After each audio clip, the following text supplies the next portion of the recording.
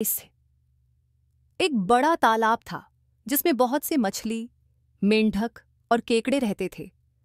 उसी तालाब के किनारे एक बगुला भी रहता था। बगुला बूढ़ा हो चुका था और अब उसे शिकार करने में बहुत कठिनाई होती थी। भूख से तड़पते हुए उसने एक चाल सोची। वह तालाब के किनारे उदास होकर बैठ गया।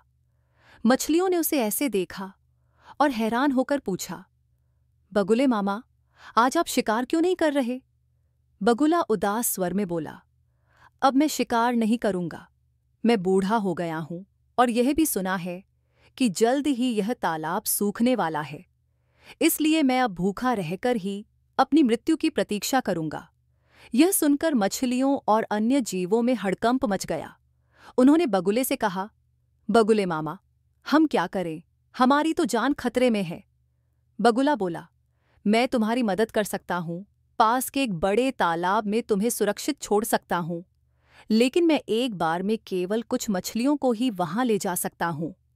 मछलियों को बगुले की बातों पर विश्वास हो गया। वे धीरे धीरे बगुले के पास जाने लगीं ताकि वह उन्हें नए तालाब में ले जाए। बगुला चालाकी से हर दिन कुछ मछलियों को तालाब से ले जाता और उन्हें खा जाता। इसी तरह कुछ दिन बीत गए। एक दिन केकड़े ने भी बगुले से कहा, बगुले मामा, मुझे भी नए तालाब में ले चलो। बगुला केकड़े को अपनी पीठ पर बिठाकर उड़ चला। रास्ते में केकड़े ने नीचे देखा तो उसे कई मछलियों की हड्डियां दिखाई दीं। उसे तुरंत समझ में आ गया कि बगुला धोखेबाज है और सभी को खा रहा है। चालाक केकड़े ने अपनी बेजोड़ सूझबूझ का उपयोग किया और तुरंत अपने पंजों से बगुले की गर्दन को कसकर पकड़ लिया। उसने कहा, बगुले मामा, अगर तुमने मुझे धोखा देने की कोशिश की तो मैं तुम्हारी गर्दन अब भी काट दूंगा। डर के मारे बगुला बेबस हो गया और उसने केकड़े को वापस तालाब के किनारे उतार दिया। केकड़े ने बगुले की गर्दन को काट डाला और उसकी धोखाधड़ी का अंत कर दिया। केकड़ा तालाब में वापस आ गया और सभी जीवों को बगुले की सच्चाई बता दी।